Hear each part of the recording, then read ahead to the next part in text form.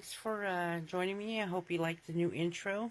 I'm going to start off with this jewelry here. It's all cloisonne jewelry.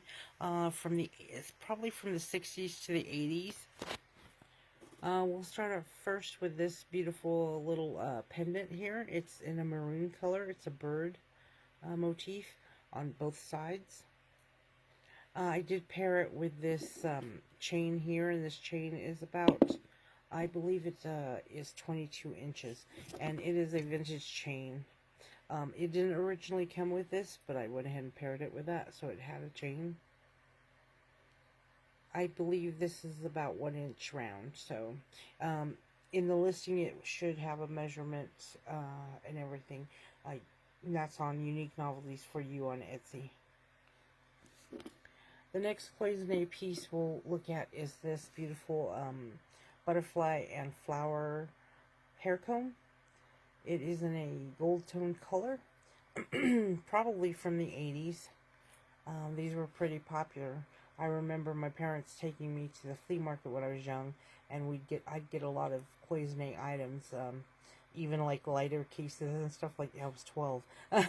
I wouldn't, I like the lighter cases, but yeah, my parents would buy me stuff like that. I wish I still had all that. Okay, so the next piece I'm going to show you is this ivory off-white colored hinge bracelet here. As you see, it opens and closes. It's got what looks like lotus flowers, and then right here on the side there's a butterfly and then another flower and a leaf. It's a very beautiful bracelet. I believe this one is from the 80s. It is smooth. I did pair this with a necklace. With this necklace here. It didn't originally come with the necklace, but because they match, I went ahead and paired it as a set. I just had the pendant. I did pair it with this 80s chain. The chain itself is about 20 inches. But here's the pendant. It's very pretty. And then I went ahead and, like I said, paired it with this. The last item we have here is this cloisonne bracelet here. It is also hinge. Just so you know, they made these hinge bracelets probably for about 40 years. I believe this cloisonne bracelet is from the 60s, and you can tell because it is textured like that. You see that texture in there? So it's a different style of cloisonne. That one is smooth, if you can tell. That one's a smooth one, and then that one has texture. This is in a color of like almost a peachy rose. It's a very beautiful little bracelet, but it works. The hinge works fine. It closes right, so because sometimes you'll come across these and they're not, they're like crooked and everything. But these were pretty well taken care of. So this is this lot of cloisonne.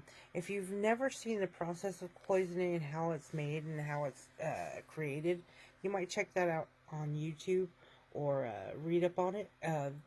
It's amazing how it's made. Okay, so now on to the next item. This is a little bit of a different review, of course. These are some vintage salt and pepper shakers from Victoria Ceramics in Japan.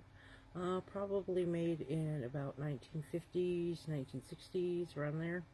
They look like they were never used. They still have their cork stoppers, which is sometimes hard to find.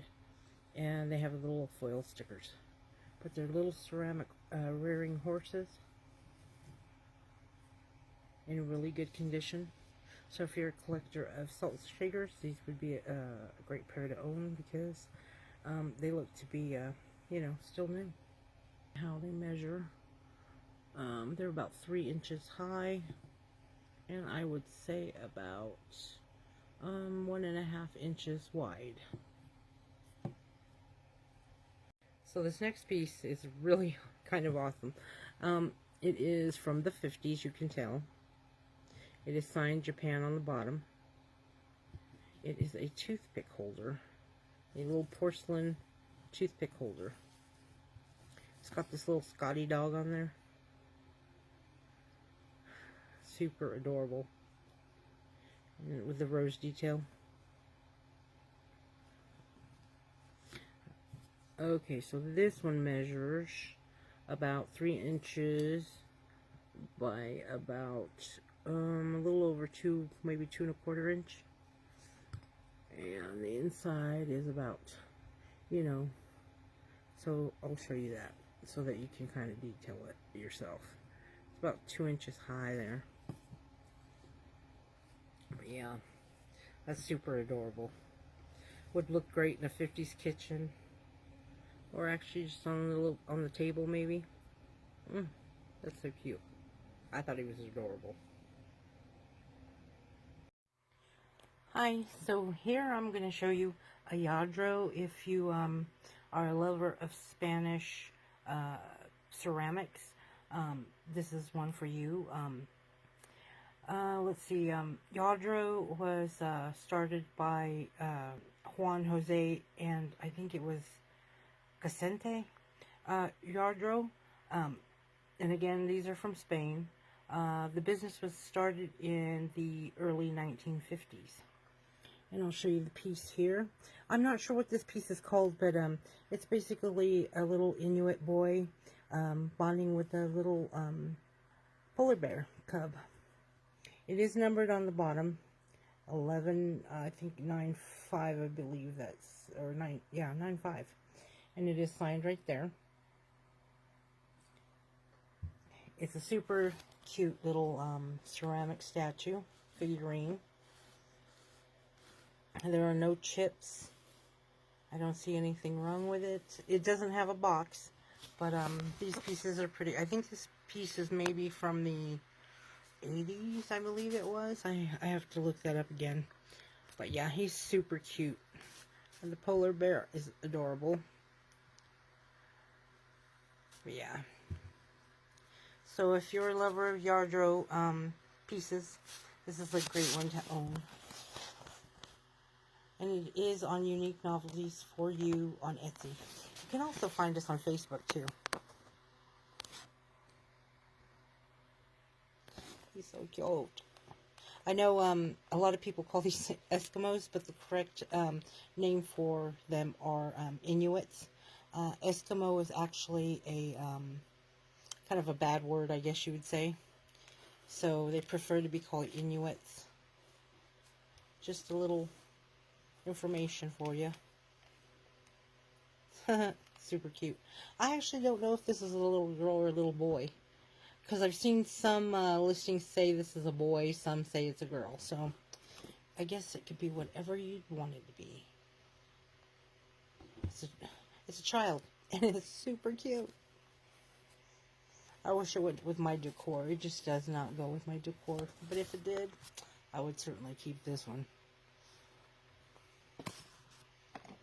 Here, I'll put a ruler next to it to show how tall this little cutie is. It's kind of wide too. I believe it was like 4 inches. Let's see. I guess 3.5 with the polar bear's butt.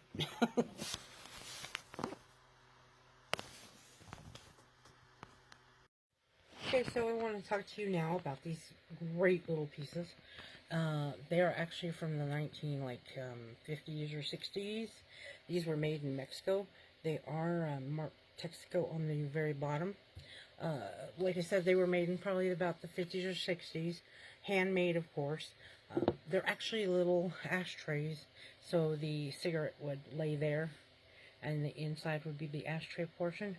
But nowadays, you know, a lot of people don't use them as ashtrays because they're way too awesome to be ashtrays. They're little sculptures, really, or, you know, copper and bronze sculptures, I would call them. They're pretty awesome looking. Oh my gosh. You know, when I first found these, maybe about 6 years ago, something like that, I had them laying around, and I put them in a glass cabinet. I'd bring them out every once in a while, but I didn't really research or know anything about them. I just, I just thought they were pretty cool, and I knew that they were handmade. But researching them, then I found out what they were and how old they were. I often find little pieces like this that I just like, and I end up bringing them home, and they could be in a cabinet, or sometimes in a drawer, or in a tote, or I don't know, because sometimes I just find things that I love, and I don't know why, they just kind of call to me. This one has some little yellow rhinestone eyes, and this one has some big blue eyes, almost bigger than his head. You can see that they're they're like the back of the rhinestone has that gold kind of foily color on it. That was really popular in like the 40s, 50s. But these, I'm sure, are made in about the 60s. Or at least they, my research shows that they were probably, 50s or 60s. These are pretty cool. Again, they were handmade way back in the day. So if you like anything like that, they'd make great gifts too. And I'm going to find a nice little box to put them in so that they're giftable. Let's see. Let me see what they measure real quick. The blue one is a little bit taller than the yellow-eyed one. But if you like vintage items like this, these are a great piece to own. You don't have to use them as ashtrays, of course. They could be put on the mantle in a cabinet. Just know that somebody handmade these. That's what's so fascinating about these. Okay, well, on to the next. Oh, before I forget, you can find these at UninqueNovelties4u on Etsy, or you can contact us on Facebook. Okay, so next up is something quite different.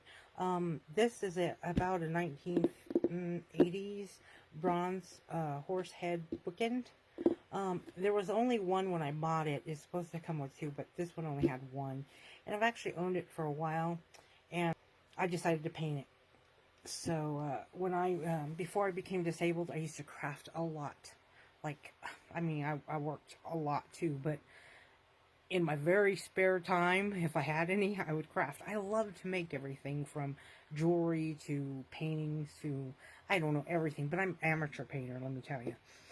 My thing was jewelry, making jewelry. I don't really do that anymore, sadly, because I can't sit that long to do it. Anyways, this is something that I made and, or I guess painted. I didn't make this, but I did paint it. I did it all freehand, meaning that I didn't draw out, like sketch out something and then do it. I actually did sketch something, but I didn't follow it at all. So I had to erase. There was like lines over here, and I had to erase those. But I did not like draw that line. I actually did that freehand. All the painting I did freehand. So I just came up with a design as I went. That's the front of it, and then this is the second side. So it's a double-sided where you can have it one way or the other, and enjoy both sides. So on this side, it's got that kind of I don't know. It's kind of a metallic. Red maroon color, and then the 3 feathers. And on this side I put the turquoise color with some of that metallic red there and 2 feathers. I did sign this on the back, and it's got my right here is a little like tag for my brand, I guess. Oh, it's quite heavy. Oh my gosh, it is so heavy. But anyhow, this is something that I created. I am, again, Native American, so I was able to sign it, and I hope you like that. Whoever gets it, know that I put a lot of my heart into it. I enjoyed doing this. I haven't crafted in a long time. I think this took me about 2 days to do, when normally, without being disabled, it would have took me an hour. But now it takes me a couple days, so know that, like I said, it takes me time to do stuff like this now, And I actually have to rest after doing something like this. So I hope whoever gets it knows that I did put a lot of heart and soul into this, and I hope you really like it. It is on our UninqueNovelties4u, so you can check it out there. And let me put a, it's probably good, what, 8.25 to 8.5 inches tall. And I'm going to say about, about 5 inches. So, about 5 inches wide, so. Well, I certainly hope you enjoyed that video of all the jewelry and this statue here. Thanks for joining me, and see you next time.